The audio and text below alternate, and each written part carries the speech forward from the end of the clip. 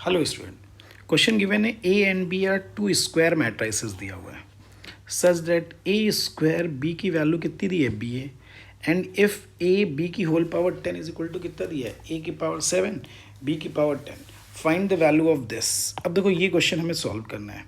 अब ऐसे क्वेश्चंस आ गए तो ऐसे क्वेश्चंस के लिए हम लोग क्या करते हैं, तो ये ए बी की पावर 10 दिया है, हम लोग ए बी की पावर 10 ना यूज़ करके हम लोग क्या यूज़ करते हैं ए बी स्क्वायर।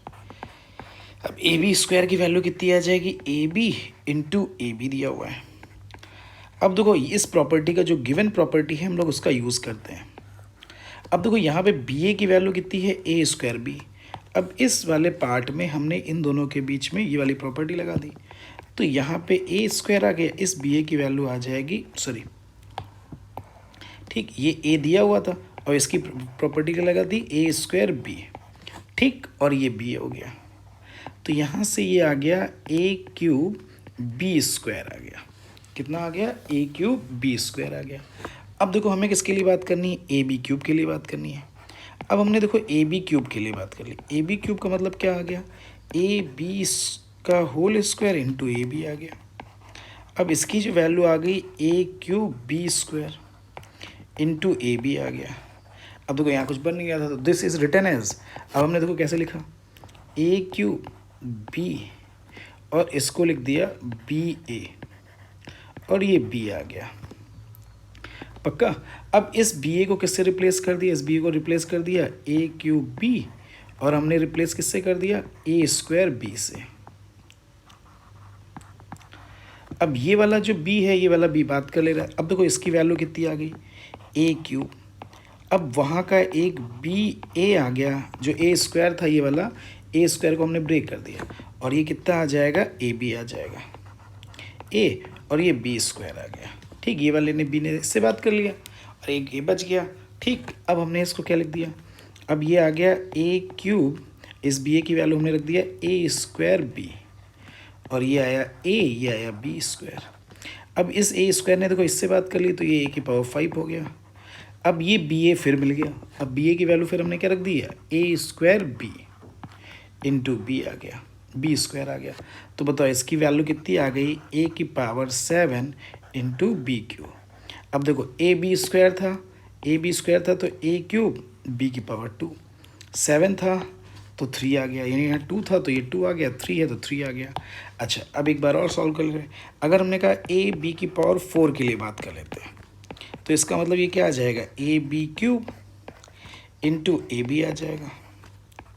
अब ए बी क्यूब की वैल्यू क्या है वो हम रिप्लेस कर दे रहे हैं, तो ए 7 बी क्यूब ए बी आ जाएगा। फिर वैसे हमने ब्रेक कर लिया, इसको लिखा ए की पावर 7 ठीक, फिर हमने क्या लिखा बी स्क्वायर और वो जो बी ए था बी ए लिख दिया ऐसे और ये बी आ गया।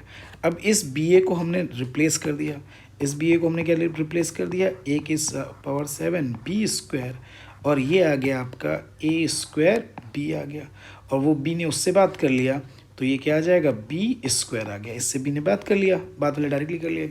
अब बताओ फिर हमने नेक्स्ट स्टेप में इसको थोड़ा सा और इजी कर दिया, ए की पावर 7 एक बी इधर बच गया और ये जो बी है ठीक, अब यहाँ का ए स्क्वायर था तो ए ने बात कर ली फिर ए बच गया, ये बी स्क्वायर आ गया ठीक।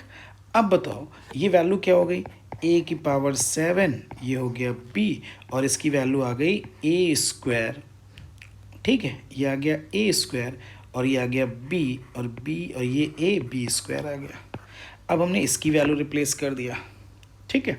अब इसकी जब वैल्यू रिप्लेस कर दिया तो ए की पावर 7 ये क्या आ गया, अच्छा इस बी ए लिख दिया और ये हमने क्या लिख दिया ए और इस बी ए को क्या लिख दिया ए स्क्वायर इंटू बी और ये बी स्क्वायर आ गया।